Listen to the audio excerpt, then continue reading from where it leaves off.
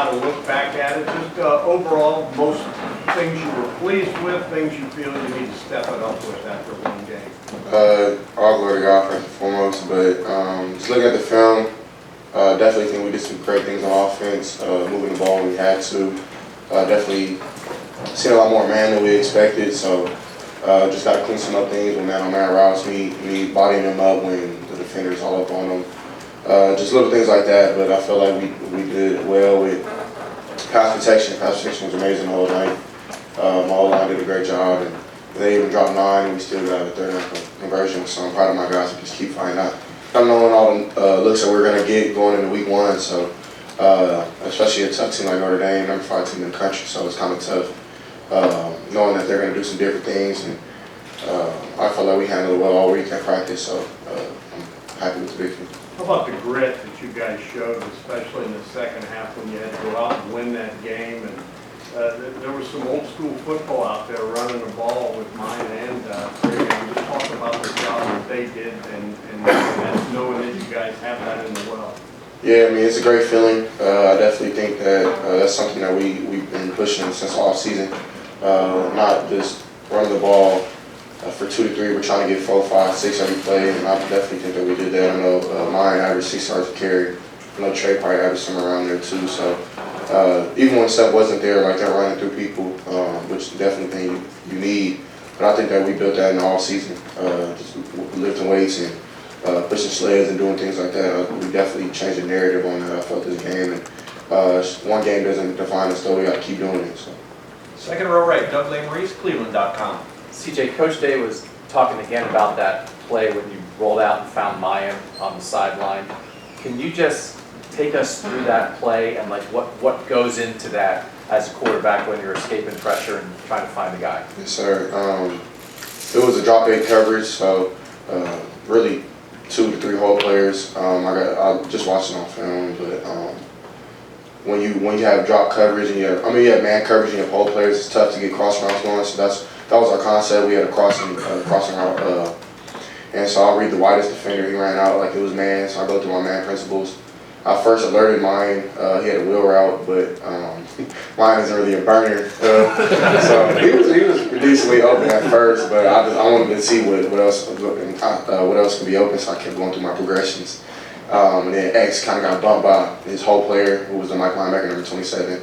And so as I did that, I tried to go back, but then I kind of felt a little pressure on my face, so I rolled out, went through. I knew it was third down, so I wanted to get the first down. I mean, I didn't want to turn the ball over right then and there, because I mean, if that's the case, then it's even worse. But even if we don't get it right there, it's fourth down, we punt, and then if they score, we have to get the ball back and go on the 2-minute drill in the game. So, I mean, just being the competitive stuff I am and all mine, just being competitive. I just wanted him to come back down, which he did. We had that same rep during practice this week, and it didn't end up going like that. It was actually mine didn't run the route all the way. So this time he actually got it right. I seen him kind of through the corner of my eye. I mean, I feel like it's something God blessed me with, to be able to throw the ball and run a little bit. So just try to put in the best spot that he can get it where the defense couldn't, and mine did a great job of getting his toes in. So it was a great play. Definitely, I feel like that changed the game.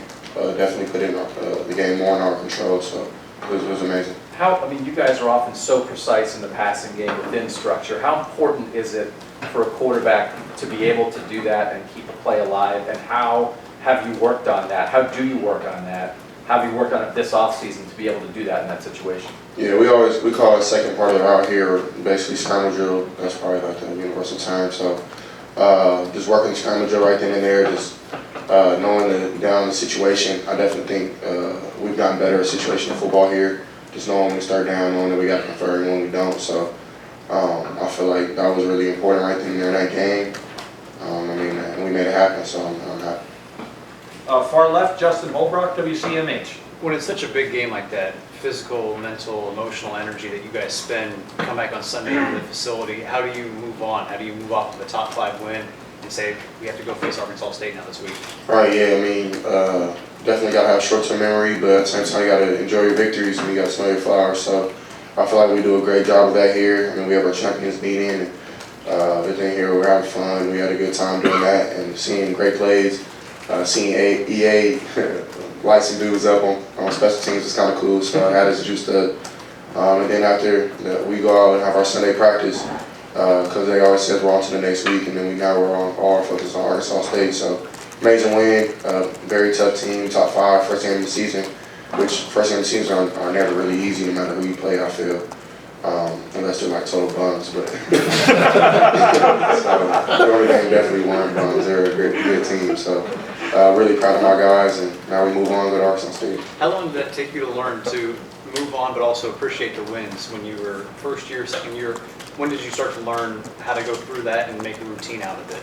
Right, yeah, it was definitely tough for me last season. Just like we had a lot of big time games last year. I feel like our first game was really big, and I never really like celebrated the wins after until probably like week 6, week 7, and one of my close friends and actually my agent called me. He was like, "Bro, you got to start enjoying your wins, because like you work hard, right?" And I'm like, "Yeah," and you really don't realize like the work that we put in is kind of unique. It's very not a lot of people I think can do it. Like the work Coach Day puts in, the work that I put in, Coach Wilson, just to get the passing game, the running game, just little things, and you got to just enjoy that because it's tough. You know what I mean? To be away from your family and things like that, so you got to swing your flowers.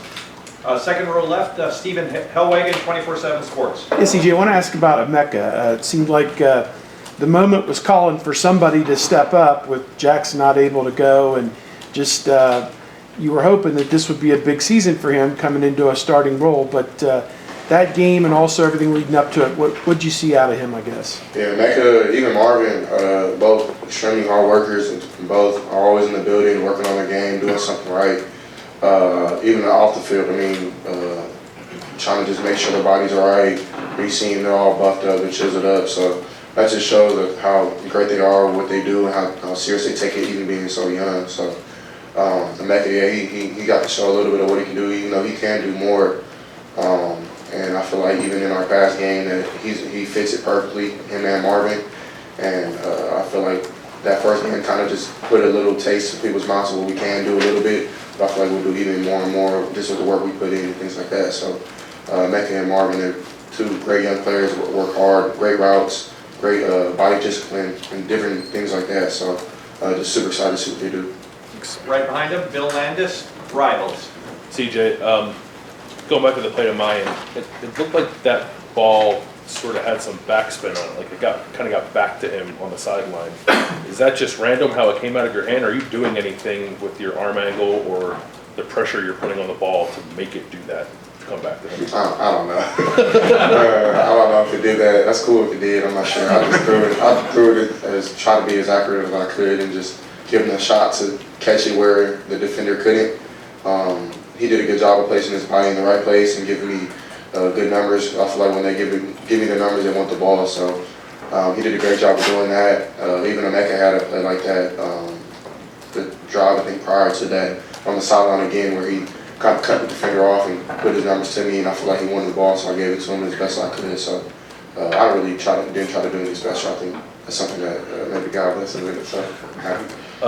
With Marvin and Emeka, I think there was a point in the game with Marvin, the ball was a little short, like you told him to sit maybe a little more shallow than he did.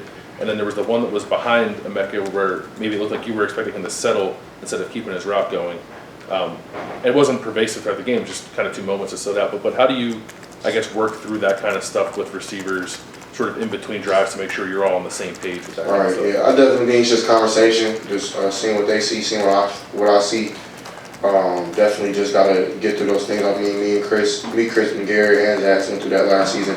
Just filling each other out, trying to make sure that we like what we're doing both ways. I mean, we all gotta be on the same page. So it's just different things like that. Definitely not anything alarming. Just gotta be better, best on my part. I mean, Marvin didn't do anything crazy. I just gotta make that throw. Probably just make it a little harder, throw the ball a little harder. And I'm not sure the one that Mecca you're talking about, but I mean, I'm pretty sure it was just conversation that we had with someone.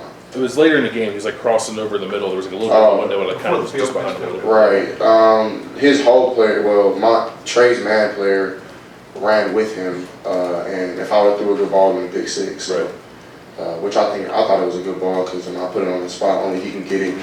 If I throw it in a good place, either he bats it down, he gets killed, and I don't want my guy getting killed. So I think people who know football see that number 8 was standing out there. And he was looking back towards Mecca, so that's why I tried to slow him down with the ball. So I mean, it's just a football play that I felt like I had to do. That's all right there. I don't think it was inaccurate. I thought it was. No, I was wondering if you were expecting him to sit a little bit. Yeah, it was a wrong protection. We should have had Trey on the opposite side, but it is what it is. I mean, we won the game, so.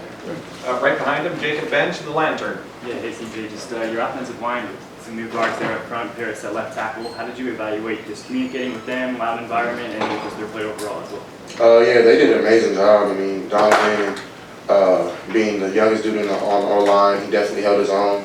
You can see him in the run game, moving dudes around. Even the first play of the game, I mean, he was going after dudes. So it's exciting to see somebody young like that with that much talent, that much upside. And then Paris, I mean, him going back to tackle off his natural position, did an amazing job on Foskey. Foskey was a really good player on film and definitely did some great things in the game. And I think Paris did a good job of handling him. Same thing with DeJuan. I mean, DeJuan has been just amazing this whole offseason, even in that game. Just his leadership, his vocalness, and of course Luke just setting protections, make sure everything is right, everything's clean, battling through injury, just different things like that our guys kind of up front. They set the tone. I mean, Matt Jones, I mean, he set the tone. He was sick the whole week and came back and fought with us. So I'm just super proud of him, and I definitely think they did an amazing job and kept me clean, kept our kept our running backs clean. And, I feel like they have a lot to work on, but so does this whole team, and I feel like we'll do that. And then just there in the second half, we talked with Perry and Ryan earlier about second half defense. To see the way they, clamped down, grinded it out, how much energy, juice did it give you and the offense to overcome that halftime deficit and ultimately pull out that win? Yeah, man, it's amazing. I mean, it's definitely a great feeling as an offense, knowing that you have a great defense that you can rely on. Even on some of those fourth downs where I thought we were going to go for it because they decided to punt, which I had no problem with, because he has so much trust in our defense. So it's amazing just to have our because they trust in our defense again. Even myself and I ain't worried about it. Just knowing that we'll get the ball back, and they did a great job. Tommy had a great game. Tanner, Lathan stepped up really big. The corners did a good job on trying to stop their tight end, Michael Murray, who's an NFL tight end, really good player. So I feel like they did a great job overall. Third row left, Dan Hope, Lebanon Warriors. As CJ, Coach Day was saying how Jackson is somebody who impacts everyone on the offense. Just how does he do that? I definitely think that he's just that type of person, even off the field. I mean, he's somebody that you kind of gravitate towards. He's very relaxed in every situation, never panics. So when he went down, it was kind of like a shock to everybody. Like, damn, like, where's Jackson? I didn't even know that he was hurt, that he would not return in the game. I thought he was going to return, but right there, it just affects your whole offense. Just like, I mean, he's the best player on our team, if you ask me. So, but it is what it is. I mean, Jackson, he'll come back and do great things. But yeah, it definitely does affect our offense. It does affect our team because he's just loved on the team on a personal level. So you never want you to see your brother go down, especially you see all the work he puts in all season and he's grinding so hard, and it kind of sucks for him not to bear the fruit of his labor. But it is what it is. God has a plan for him. So. If he can't play this week, what are the things you guys need to do better to make up for him not being out there? I feel like we did everything that we're supposed to do with or without him. Everything happens for a reason. So I feel like X will step up big, Emeka again, Marvin again, JB will have a good game again, and the younger dudes, we're calling them to step up. So it's an opportunity for everybody to have a good game and try to go out there and dominate, try to compete. So I'm not sure what we have to do better than what we did in the Notre Dame games, top 5 teams. So it's kind of tough to just pick them apart all the way. So I feel like as the season goes on, we'll get better at that. So just excited for that.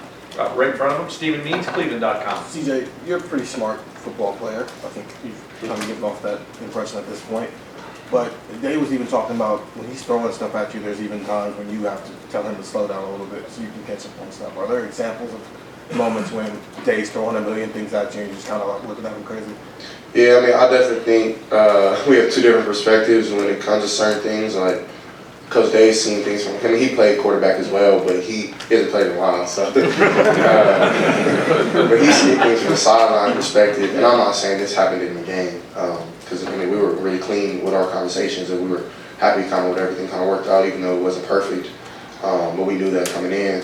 But like during the week, we didn't know what they were going to do, and we prepared for a lot of their different coverages and fronts and different things like that from power places that DC was at, Marcus Freeman where he was at, so like Cincinnati stuff, the Bengal stuff, just different things like that. So sometimes he would confuse me. I'd be like, Coach, I'm just gonna go read the coverage and hope everything works out. But I mean, you can't do that. I mean, so he keeps me honest with that type of stuff and make sure I'm fully prepared. So the conversation is always good. Sometimes he does say a lot, but I think I can do a good job of just knowing what he means and knowing what I have to accept and take into consideration for the game. So Back in the spring, you were talking about putting more on your plate, especially pre-snap at the line of scrimmage.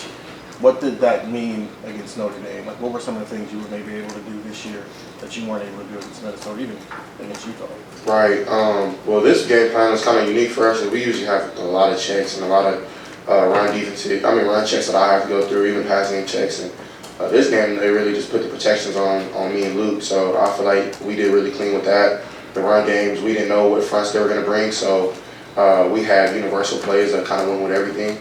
So I really didn't have to do too much this game, but I'm pretty sure as a year goes on, I'll probably have more. So I'm not really too worried about it. We've been working on it for the off season, and I definitely think that we'll be clean when it happens. What's the dynamic with you and Luke at the line of scrimmage pre-snap? Like, how does that kind of work? Right. I mean, he's like the vice president. I'm like the president. That's kind of like how it works a little bit. Like he'll make a claim, and I'll either veto it or make something else. So it's the truth. Like he'll set a protection because I mean I'm seeing everything from bird's eye. He's down in the stands. So if I see a rotation or see somebody's triggering, then I can flip it or I can base somebody, which means he's ID now. And our running backs did a great job with pass protection. Kind of made us whole, seeing where everything is coming from. Because I mean they're in the scan protocol going from left to right. So definitely, if us three are on the same page, I mean it all works out. Front row right, Joey Kaufman, Columbus Dispatch. CJ, when you were talking earlier about the throw to mine and escaping pressure, do you feel better handling pressure and being able to move this time than kind of escaping like a pass rush a year ago? I feel like last season I really didn't have those opportunities all the time. Even now I'm probably getting a little more comfortable just moving around. I feel like I'm faster a little bit. My body feels bigger, so I mean I'm not worried about. And I wasn't worried about that last season, but I feel like I am more comfortable with my body and how it works now, being around like 218, 220. So, and I feel like I'm quicker getting out of the pocket on some of those things. So we worked on those things in the off season, and it just made me a little more confident.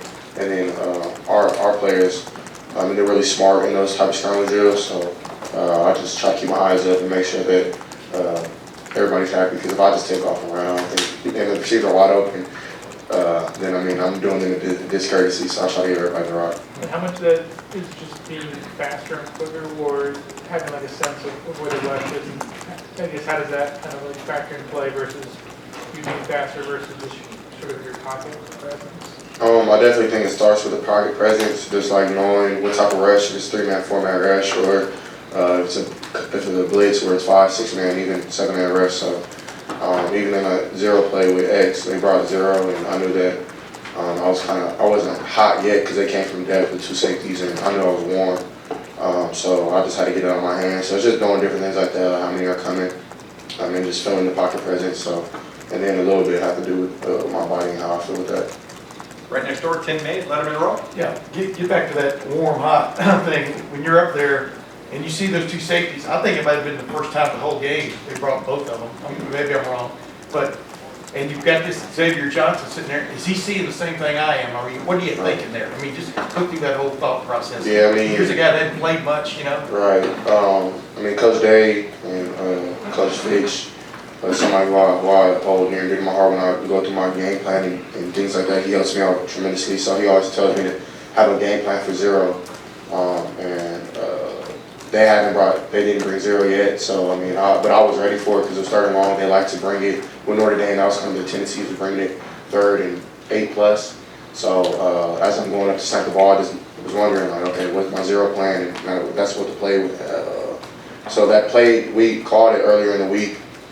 And I was talking to the guys like Jax, X, Emeka, because they play H. And I was like, if we get this playing at 0, do this and that. So that's what he did. So it's kind of cool for it to kind of pay off. Because sometimes, I mean, we just talk and it doesn't happen. So for it to happen was kind of cool.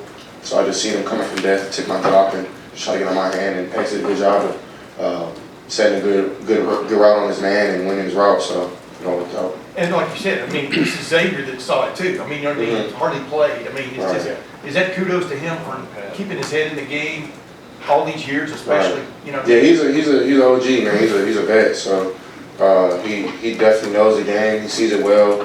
He never really has any MAs where he's missing assignments or kind of doesn't know where he's going. He always kind of knows what's up. So I didn't even give him a look or nothing, knowing that I didn't know he knew it was zero until like he made the move that he did. And I was like, okay, now he knows it's zero, so kind of made the play happen. So it's cool for him to do that. Thank you, man. We've got time for just a couple more folks. Front, the second row right, Nathan Baird, Cleveland.com. Coach Day was just talking about that it's nice to have a more experienced quarterback now because of the feedback you can give him during games. Some examples of that during the Notre Dame game where you felt like you made the offense better just by things you were able to go back and tell him. Yeah, I definitely was just letting them know just the fronts they were in. They were predominantly 4 down front until it was like 3rd down. A lot of man coverage. Then they would mix it up with a little 32-5, which is basically internal pressure with the 2 linebackers and drop zone coverage. A fire coverage on the backside, on the back end. So just let them know different things like that. We thought we were going to get a little more cover 2, a little more 6, which they did run. And a couple of those times we made the play happen. So just coming back to the sideline, giving more feedback, and because he's not able to see everything, and it's better, I feel like, for a player's perspective, to give him what I'm seeing on the field. So it been working out, and I feel like that's definitely helped me in my game, just making sure that we're on the same page because of the A and play calling. So it was well. Do you define success at this stage more by diagnosing like the zero blitz you were just talking about than aggregate yardage or touchdowns or things like that? I kind of put our success on winning. I just want to win. I don't care how much I throw for touchdowns. It really doesn't matter. We did all that stuff, so I feel like we'll continue to. Hopefully, we are the more offense we want to be, but it's not our main goal anymore. We just want to win games. So at the end of the day, that's all that matters. Is that how you decided you were a good quarterback that time? So I guess maybe more. I feel like I did some good things. 70% throwing the ball. Had some missed throws. It's the first game of the year. Kind of still have your first game nerves and things like that. So, but when my number was called to make certain plays, I made them. So I feel like that's what I based my game on as well. On top of winning. So I feel like I did some good things. Definitely, you can always work on the game. So I'm never going to be perfect. I never want that to be the case of me just thinking I'm perfect. So I think definitely on offense we're humble and we're just trying to continue to be the best we can be to win games. And final questions, third row right, Rob Aller, Columbus Dispatch. CJ, you talked about this earlier. Next man up with Jackson. He's a friend. He's a good friend. What's your emotions when a guy like that goes down, not just for the team, but for you? It's just shocking, just to know, like I said before, just the work he put in, and just for him. And it's not nothing crazy. Like, he's not out for the season, thank God. So I'm not too worried about it. But it's just that I wish he played. I feel like he would have a great game. They're doing some coverages that we literally wanted for Jackson. So it kind of skewed our game plan a little bit, like taking shots and different things like that. So we definitely had to be smart with the ball on my part. So it definitely was tough. But at the end of the day, we won. Jackson, after the game, I talked to him. He was extremely happy for us, happy for him with the team. And of course, he wanted to do more and want to be more a part of the game. And he will. Everything will be fine. He'll be good to go in the next couple of weeks. So. How do you deal with that? You've been in that situation. He's hurt, you're hurt, you want to play, players want to play. The doctor says maybe no. Right. What's that discussion like with the head coach? You had it last year. Is it just really tough to? Yeah, it's tough. Because just being competitors and being, I feel like we both have dog mentalities where we want to dominate every time we step on the field or where court, whatever it may be. So I definitely think it's tough. But you got to be smart. It's the longevity of the season. It's the first game of the year. I know, it's Notre Dame. You definitely want to play. You've been dreaming about these type of moments your whole life. So it was tough for him, and last year it was tough for me. But you got to be smart. Definitely, that's you want to be a young pro. So when your number's called, of course, make the play. But when it's time to sit it down, you kind of got to sit it down and just get your body right. Because your body, your best ability is your availability. So. When you say smart both from the team sense of winning the game, and you don't want to hurt the team, but right. also from your own sense of You don't want to damage yourself. Correct, yeah, you don't want to damage yourself more than you have, so you miss more weeks or more, or you don't want to damage the win. I mean, if Jackson, we needed him that bad, if Jackson would have played, I know that he would have, but I mean, a hamstring is something you don't play with. I mean, I had a hamstring my freshman year, you can't even really run for real, so, and that's 50% of his game, so he'll be okay though, everything will be all right. Do you need him Saturday? I mean, we need everybody. We don't take anybody lightly. I mean, we come to a game where I'm not too. Arkansas State's a good team. Shoot, we won last game. They want to know like us, so we'll come in that game and swing as hard as we can.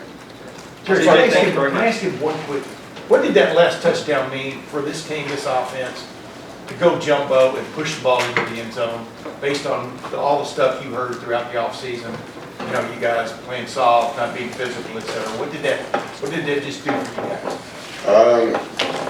I mean, it just made it. I mean, it didn't really prove that for us. We already knew it was up. I mean, we had that last season. I mean, we're not really worried about what everybody else had to say. We just trying to prove ourselves right. We ain't trying to put nobody wrong. So, I mean, it was just something that we put the work in. We basically our work that we put in, we buried it. So we buried our fruit. I mean, that's all that matters. We knew what was up. So, I mean, it wasn't that surprising to us. We just had fun out there. So.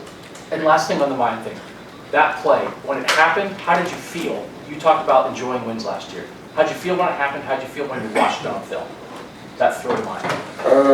I'm super happy for mine, for real. That's my best friend on the team, and I've been enjoying. I mean, me and him have been talking about moments like this forever. So it was cool just to make the play. I didn't really think about it too much. Just having fun out there with my boys, and I don't know. It was fun. So I'm not sure if I answered your question. I don't know if you watched it on film. I thought that's pretty good, CJ.